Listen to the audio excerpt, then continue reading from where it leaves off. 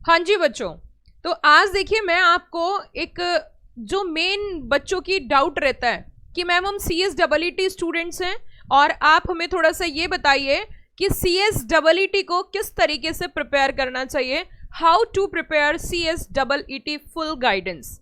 तो आज जैसे कि ये क्वेश्चन है, इसके बारे में थोड़ा सा डिस्कशन करते हैं कि CSEET को किस तरीके से प्रिपेयर करना चाहिए ताकि हमारा एक ही बारी में CSEET क्वालिफाई हो जाए। CS स्टार्ट करने के लिए आप सभी जानते हो ये एक फर्स्ट लेवल है, CSEET CS executive entrance test. चलिए तो हम इसके बारे में डिस्कशन करते हैं। आज कहीं ना कहीं हम इसके बारे में देखते हैं कि किस तरीके से CSEET को प्रिपेयर करना चाहिए, किस तरीके से CSEET को प्रिपेयर करना चाहिए। आप सभी बच्चे जानते हैं या नहीं जानते मुझे आइडिया नहीं है, बट पता ही होगा कि CSEET को पास करने के लिए टोटल 4 पेपर्स हैं। अगर CSEET के मार्क्स की बात करें तो टोटल 4 पेपर्स इसके अंदर कवर किए जाते हैं।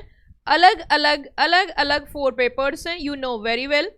CSEET के टोटल 4 पेपर हैं और इसका जो पैटर्न होता है वो पैटर्न MCQ बेस्ड होता है। क्या बताया मैंने? MCQ बेस्ड होता है, multiple choice question. Multiple choice questions इसके होते हैं और इसके अंदर टोटल 4 पेपर होते हैं जो आपको पास करने हैं। चारों पेपर में मल्टीपल चॉइस क्वेश्चंस होंगे। कंप्यूटर बेस्ड एग्जाम होता है जो कि कंप्यूटर में बैठ के आप कंप्यूटर से क्या कर सकते हो, एग्जाम को दे सकते हो। ये बात मैम बहुत क्लियर हो गई है हमें कि इसके अंदर टोटल 4 पेपर होते हैं। MCQ होता है सब्जेक्टिव, तो आप जानते ही हो पेन से लिखना है, लेकिन इसमें 4 में से एक ऑप्शन टिक करना है। इतनी बात क्लियर होगी। अब अगला पॉइंट आप देख लीजिए, अगली बात मैं आपको क्या बताना चाह रही हूँ। जैसे ही बच्चा क्लास 12 पास करके और CSEET के लिए एंट्री लेता है, और ऑब्वियस सी बात है 12th पास बच्चा ही CS ज्वाइन करता है तो उसे CSEET देना होता है। आपकी नॉलेज के लिए मैं बता देती हूँ, अगर कोई बच्चा ग्रेजुएट है और उसके अच्छे मार्क्स है ना, तो उस केस में उसको CSEET आज की डेट में नहीं देना, उसके लिए वो पूरे तरीके से एग्जेम्प्ट है। इट मीन्स हम उस बच्चे की बात कर रहे हैं जो अभी अभी क्लास 12 पास करके जस्ट अभी CS में उसने एंट्री ली है और अब उसने CS ज्वाइन कर लिया है। उस बच्चे के बारे में हम यहाँ पे चर्चा कर रहे हैं। देखिए, सबसे पहली बात तो बच्चे के दिमाग में क्वेश्चन में जरूर चलता है, उसको मैं क्लियर कर देती हूँ। जैसे ही वो CSEET या CS ज्वाइन करता है तो बहुत सारे लोगों से उसने सुना होता है कि CS एक टफ कोर्स है, CS एक मुश्किल कोर्स है, CS एक हार्ड कोर्स है और तुझसे नहीं होगा। कई बार ऐसे भी सामने फेस टू फेस बच्चे को बोल दिया जाता है। तो पहली बात तो मैं आपको ये बताना चाहूंगी कि CS कोर्स का लेवल अच्छा है, लेकिन ये टफ उनके लिए जो बच्चे पढ़ते नहीं है। अगर बच्चा पढ़ने वाला है, अगर बच्चा सिंसियर है, डेडिकेटेड है, कॉन्टिन्यूटी है, तो बिल्कुल आराम से पास हो सकता है। ऐसी कोई इसमें ऐसी बात नहीं है जो बच्चा क्वालिफाई नहीं कर सकता। तो एक तो मैं आपके माइंड से ये डाउट क्लियर कर देती हूँ कि CSEET जो है या CS जो है वो एक बहुत टफ कोर्स है और उसमें बच्चे फेल हो जाते हैं। तो फेल होने का एक ही नहीं, बहुत सारे कारण होते हैं, वो बड़े सारे कारण होते हैं CS कोर्स में फेल होने के, वो सिर्फ एक वजह नहीं होती। हाँ, मैं ये बात जरूर बोलना चाहूंगी कि CS का लेवल अच्छा होता है। दूसरी बात, CS करने के लिए जरूरी नहीं है कि बहुत ब्रिलियंट बच्चा हो, जरूरी नहीं है उसके 95% मार्क्स हो, उसके 85% मार्क्स हो, उसके 80% मार्क्स हो, उसके 75% मार्क्स हो। एक एवरेज बच्चा जो होता है, एवरेज मतलब समझते हो, चाहे उसके 55 हैं, 60 हैं, 65 हैं, 70 हैं और ज्यादा है तो बड़ी अच्छी बात है। यहाँ जो डिमांड है, यहाँ जो जरूरत है, वो एक ऐसे बच्चे की जरूरत है जो डेली पढ़ता हो, जिसको पढ़ने की आदत पड़े, जो डेली कंटिन्यूटी से पढ़े। ऐसा नहीं कि एक दिन में 12 घंटे पढ़ रहा है, अगले दिन 1 मिनट नहीं पढ़ रहा, उससे अगले दिन 1 मिनट नहीं पढ़ रहा, फिर अगले संडे जाके 12 घंटे पढ़ रहा है। ऐसे बच्चे इस कोर्स में कामयाब नहीं है। ये मैं टू बी वेरी फ्रैंक आपको बता देती हूँ। यहाँ पे वो वाला बच्चा सक्सेस है जो बूंद बूंद से सागर भरता है। यहाँ पे वो वाला बच्चा कामयाब है जो डेली पढ़ता है। यहाँ पे वो वाला बच्चा सक्सेसफुल हो पाएगा जो ये सोचेगा कि मेरा ये टारगेट है और मुझे आज ये कंप्लीट करना है, कल के ऊपर नहीं डालना, मुझे ये डेफर नहीं करना। क्योंकि आप इस कोर्स की थोड़ी सी समझिए, इस कोर्स की गहराई को मैं आपको समझाना चाहती हूँ, इस कोर्स की नब्ज को मैं आपको समझाना चाहती हूँ। इसको पास करना बड़ा आसान है। अगर किसी भी चीज की, आपने सुना भी होगा कि अगर किसी बीमारी की नब्ज पता चल जाए, अगर किसी बीमारी की वजह पता चल जाए, तो वो बीमारी पकड़ में आ जाती है। इसी तरीके से इस कोर्स की मैं नब्ज आपके हाथ में देती हूँ, और अगर आपने उसको समझ लिया तो CSEE नहीं, CS प्रोफेशनल, CS बहुत जल्दी क्वालिफाई हो जाओगे। इस कोर्स की मेन इंपॉर्टेंस ये है, इसकी मेन बात ये है आपको जो पकड़नी है कि इसके अंदर सिलेबस ज्यादा होता है, इसके अंदर चीजें पढ़ने के लिए ज्यादा है। तो अगर कभी भी किसी भी कोर्स में ज्यादा सिलेबस है तो बच्चा वही सक्सेस होता है जो सिलेबस को अपने कंट्रोल में कर ले, जो सिलेबस को अपनी पकड़ बना ले, सिलेबस के रिवाइज करे, 1 नहीं 2 नहीं 3 नहीं 4 नहीं। यहाँ सिलेबस जो होता है वो थोड़ा ज्यादा होता है, और ज्यादा सिलेबस को देख के बच्चा घबरा जाता है, और बस यही उसकी एक कमजोरी होती है जो उसको आगे नहीं बढ़ने देती। इट मीन्स आपको करना क्या है कि सिलेबस को मुझे कैटर करना है, सिलेबस को मुझे कवर करना है। एक बार पढ़ने से कभी चीजें याद नहीं होती, 2 बार पढ़ने से कभी चीजें याद नहीं होती, कम से कम 3 और 4 बार हमें कोई भी कॉन्सेप्ट पढ़ते हैं तब जाके वो हमें याद रहता है, तब जाके वो हमें याद रहता है। It means to be very frank, I am more famous among the student as a crux expert. और मैं बिल्कुल क्रक्स में बताऊं, अगर कोई बच्चा CSEE अभी कर रहा है या करने की सोच रहा है तो उसको जो जरूरत है, यहां परसेंटेज की जरूरत नहीं है, यहां उसकी लगन की जरूरत है, यहां उसकी कंसिस्टेंसी की जरूरत है,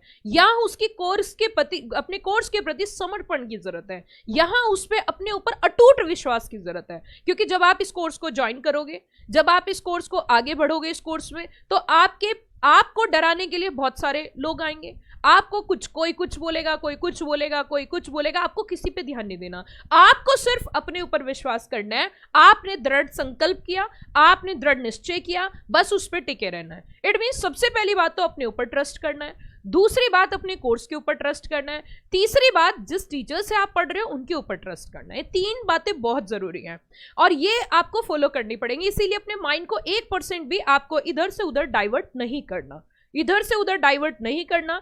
पहली स्टेज है CSEE, जिसमें बच्चा डरा हुआ होता है, घबराहट होती है मन में कि मेरी पहली स्टेज है, पता नहीं मैं पास हो जाऊंगा या नहीं हो जाऊंगा।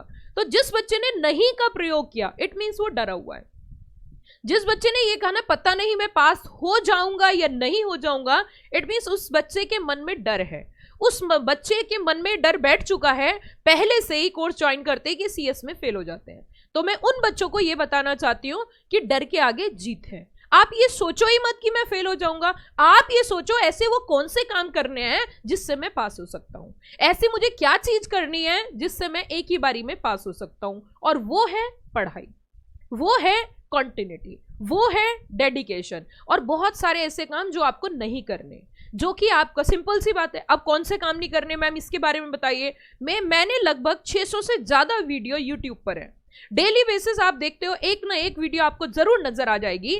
तो इट मीन्स मैं आपको ये बताना चाहती हूँ कि ऐसे कौन से काम है जो आपको छोड़ने हैं कोर्स को करने के लिए, एक बारी में पास करने के लिए। तो यहाँ पे मैं अगर बताऊंगी तो बड़ा लंबा डिस्कशन हो जाएगा। मैं बस शॉर्ट में, क्रक्स में यही बताना चाहूंगी, हर वो काम छोड़ दो जो आपका टाइम वेस्ट करता है। वो क्या है वो आपको खुद देखना है, वो कौन सी चीज है जिससे आपका टाइम किल हो रहा है। टाइम किलिंग एक्टिविटी जिस चीज से हो रही है उसको छोड़ दीजिए। आप ये सोचो पहले दिन मैं 12 घंटे पढ़ूंगा, आप ये सोचो मैं पहले दिन 10 घंटे पढ़ूंगा, आज CSEE में रजिस्ट्रेशन कराया और कल से मैं 12-14 घंटे पढ़ रहा हूं, ऐसा संभव नहीं है। You are a human being. एक ह्यूमन बीइंग का नेचर होता है धीरे धीरे उस चीज में ढलना। आपने कोर्स ज्वाइन किया, आपने प्रोफेशनल कोर्स ज्वाइन किया है, अब आपको इसमें धीरे धीरे कन्वर्ट होना है, आपको धीरे धीरे इसकी आदत पड़ेगी। पहले दिन कभी 12 घंटे से पढ़ाई नहीं होगी। पहली बात तो अपने मन से वो डाउट निकाल दो कि फेल हो जाएंगे।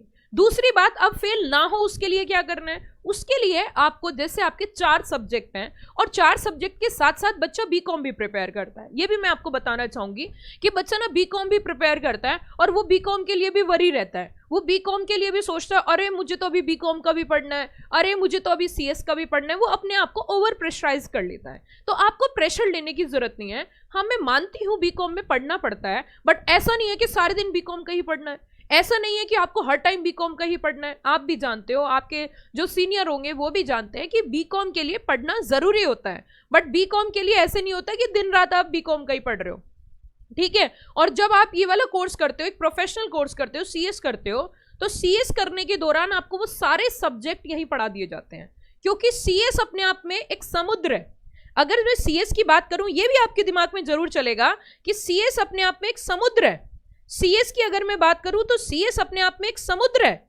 ये देखिए, अगर सीएस की मैं बात करूं तो सीएस अपने आप में एक समुद्र है। ये जो नजर आ रहा है गोला, ये सीएस है, और इसके अंदर कहीं बीकॉम आ जाता है, यहां पे बीकॉम आ जाता है। इट मींस जब आप सीएस की पढ़ाई करोगे तो ऑटोमेटिकली आपकी बीकॉम की पढ़ाई हो जाएगी। काफी हद तक काफी सब्जेक्ट आपके उसमें कवर हो जाएंगे।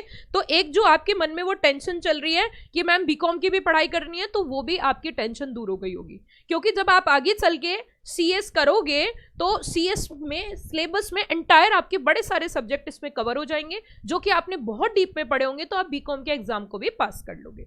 उसी के साथ साथ अगर हम बात करें, कुछ बच्चे एलएलबी भी कर रहे हैं। मैम अगर हम एलएलबी कर रहे हैं, अगर एलएलबी कर रहे हैं या बीकॉम कर रहे हैं, तो उसके लिए क्या, तो बीएलएलबी भी कर सकते हैं, ऐसी कोई दिक्कत वाली बात नहीं है। वो आपकी अपनी चॉइस है कि आपको इंटीग्रेटेड आजकल 5 साल में जो एलएलबी हो जाती है प्लस ग्रेजुएशन प्लस एलएलबी, वो भी आप कर सकते हो, उसमें ऐसी कोई दिक्कत नहीं है। कुछ बच्चे ये भी पूछ सकते हैं, ये भी क्वेश्चन आ सकता है कि मैम आप ये भी बता दो तो बीच में, हम बीकॉम रेगुलर करें या कॉरेस्पॉन्डेंस करें। बीकॉम को रेगुलर करना है, बीकॉम को कॉरेस्पॉन्डेंस करना है, तो मैं आपको बता देती हूँ, फाइनली जब आप सीएस क्वालिफाई कर लोगे तो आपके नाम के सामने सीएस ऐड होगा। आपसे जब कभी आपका इंटरव्यू होगा या कुछ पूछा जाएगा तो ये पूछा जाएगा कि ग्रेजुएट हो। अब उसमें ये नहीं पूछा जाएगा कि ओपन से हो या रेगुलर है या कॉरेस्पॉन्डेंस है। बीकॉम की डिग्री होना जरूरी है, बट ये जरूरी नहीं है कि आपका रेगुलर कॉलेज हो, ऐसा कहीं नहीं लिखा है, ऐसा कोई प्रोविजन नहीं है, क्योंकि आपका जो मेन ऑब्जेक्टिव है वो सीएस है। तो ऐसा जरूरी नहीं है कि अगर आप बीकॉम कर रहे हो और अगर आप कॉरेस्पॉन्डेंस बीकॉम कर रहे हो तो चलेगा, इसमें कोई टेंशन वाली बात नहीं है। तो ये आप बेटर रहेगा, मैं तो यही बात बोलूंगी कि बेटर रहेगा अगर आप कॉरेस्पॉन्डेंस करोगे। क्यों? क्योंकि आप सीएस को ज्यादा टाइम दे पाओगे। अगर किसी भी कॉलेज से बीकॉम रेगुलर करोगे तो कॉलेज जाना है, अटेंडेंस कंपलसरी है, तो हो सकता है उसमें आपका थोड़ा सा टाइम उधर डाइवर्ट हो जाए। Got the point? तो बीकॉम का भी मैंने सॉल्यूशन आपको बता दिया। अब अगले पॉइंट की ओर हम आगे बढ़ते हैं। अगला पॉइंट हमारा ये है कि मैम जैसे कि हम CSEE की प्रिपरेशन कर रहे हैं, तो आप हमें थोड़ा सा ये बताइए कि CSEE के लिए एक दिन में हम कितने घंटे पढ़ें ताकि हमारा पास हो जाए। मैं आपको बताना चाहूंगी, जैसे कि आपके 4 पेपर हैं, तो 4 पेपर में से 4 पेपर्स आपके टोटल हैं, तो 4 पेपर में से आप हर एक पेपर को एटलीस्ट 1 घंटे का टाइम दो। कम से कम 1 घंटे का टाइम आप लेके चलिए। इट मीन्स आपको, मैं इसलिए यहाँ पे 1 घंटा पर सब्जेक्ट की बात कर रही हूँ, क्योंकि नेक्स्ट लेवल जो आपका आने वाला है, अगला लेवल जो आपका आने वाला है, जो कि सीएस एग्जीक्यूटिव है, जो कि मेन लेवल है, उसमें क्या होता है, कुछ अफेक्ट नहीं करता कॉलेज वगैरह का, ऐसा कोई दिक्कत नहीं है बेटा।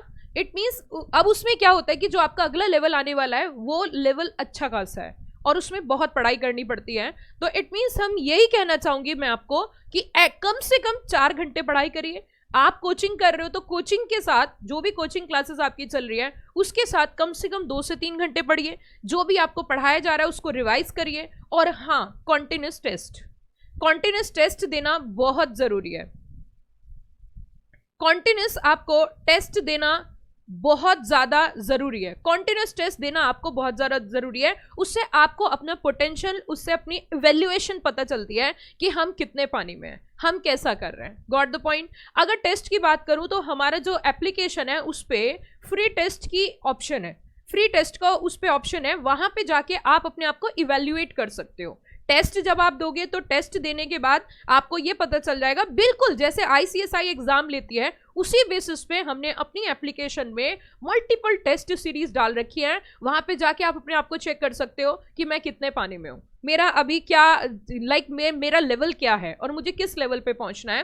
तो मेन चीज ये है कि आपको इधर उधर डाइवर्ट नहीं होना। मेन चीज है कि आपको कंटिन्यूटी बना के रखनी है। डेली 3 से 4 घंटे पढ़ना ही पढ़ना है। 4 घंटे सुबह में पढ़ो, रात में पढ़ो, दोपहर में पढ़ो, वो आपकी अपनी चॉइस है, वो आपकी अपनी मर्जी है, वो आपको कैसे करना है वो आपको खुद देखना है। Got the point? उसी के साथ साथ आगे बढ़ते हैं। हमारे यहाँ पे जैसे कि आप सभी बच्चे जानते हो कि तीनों लेवल की क्लासेस चलती हैं, CSEE, CS executive, CS professional. Multiple lectures हमारे यहाँ पे होते हैं। CSEE का रिवीजन सेशन, CSEE का मैराथन सेशन, CSEE का उसी के साथ 1 लाइनर, जो कि आप पहली बार सुन रहे होंगे, क्रक्स वन लाइनर CSEET का रेगुलर चलता रहता है, रेगुलर अपडेट्स रहती है। तो रेगुलर अपडेट्स अगर चाहिए तो आप इसी वीडियो के डिस्क्रिप्शन बॉक्स में जाके देखोगे तो आपको यहाँ पे CS प्रीति सिंह क्लासेस से कनेक्ट होने का आपको बेसिकली प्लेटफॉर्म मिलेगा। जैसे कि आप टेलीग्राम चैनल है तो उससे कनेक्ट हो जाइए, और मल्टीपल लेक्चर्स देखने के लिए इसी वीडियो में डिस्क्रिप्शन बॉक्स है। Got the point?